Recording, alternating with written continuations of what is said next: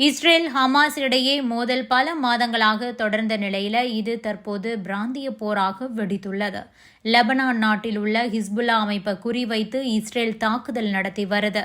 முதலில் அங்கு பேஜர் மற்றும் வாக்கி டாக்கிகள் வெடித்த நிலையில இப்போது நேரடியாகவே ராக்கெட் தாக்குதல் நடத்தப்பட்டுகிட்டு இருக்கு.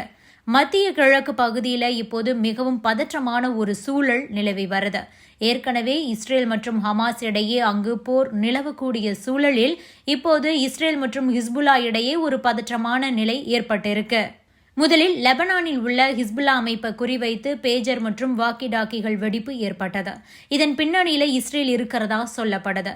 இதற்கிடையே தெற்கு லெபனான் மீது இஸ்ரேல் இப்போது திடீர் வான்வழி தாக்குதலை நடத்தியுள்ளது. தெற்கு லெபனானில் உள்ள ஹிஸ்புல்லா அமைப்பின் தளங்களை குறிவைத்து இஸ்ரேல் பாதுகாப்பு படை தற்போது தாக்குதல் நடத்தியுள்ளது. சுமார் 100க்கும் மேற்பட்ட ராக்கெட் லான்ச்சர்கள் மூலம் இந்த தாக்குதல் நடத்தப்பட்டுகிட்டு இருக்கு. இதில் இஸ்ரேல் மீது தாக்குதலுக்கு தயாராக இருந்த சுமார் 1000க்கும் மேற்பட்ட ராக்கெட் பேரல்கள் அழிக்கப்பட்டதா இஸ்ரேல் அறிவிச்சிருக்காங்க. இது மட்டும் இல்லாம ஹிஸ்புல்லா அமைப்புக்கு சொந்தமான பல கட்டிடங்களும் ஆயுத கிடங்குகளும் தாக்கி அழிக்கப்பட்டதாகவும் இஸ்ரேல் தெரிவித்துள்ளது.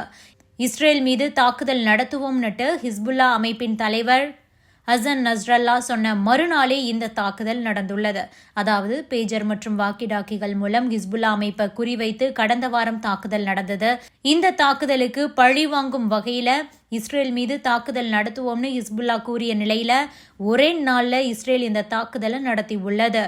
இது குறித்து இஸ்ரேல் பாதுகாப்பு அமைச்சர் யோ கலாண்ட் என்ன சொல்லியிருக்காரு அப்படின்னா, போர் இப்போது புதிய கட்டத்திற்குள் நுழைகிறது. போர் முன்பு காசா மீது நடந்தது, இப்போது அது லெபனானின் வடக்கு எல்லை வரை விரிவடைகிறது என்பதை காட்டுவதா பதிவிட்டிருக்காரு.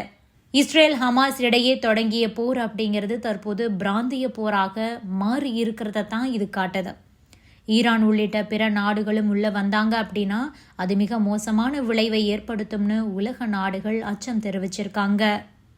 இந்த மாதிரி ஒரு போர் தொடங்கினால் ரஷ்யாவின் தலையீடு கண்டிப்பாக இருக்கும்னு இஸ்ரேலுக்கு தெரியும்.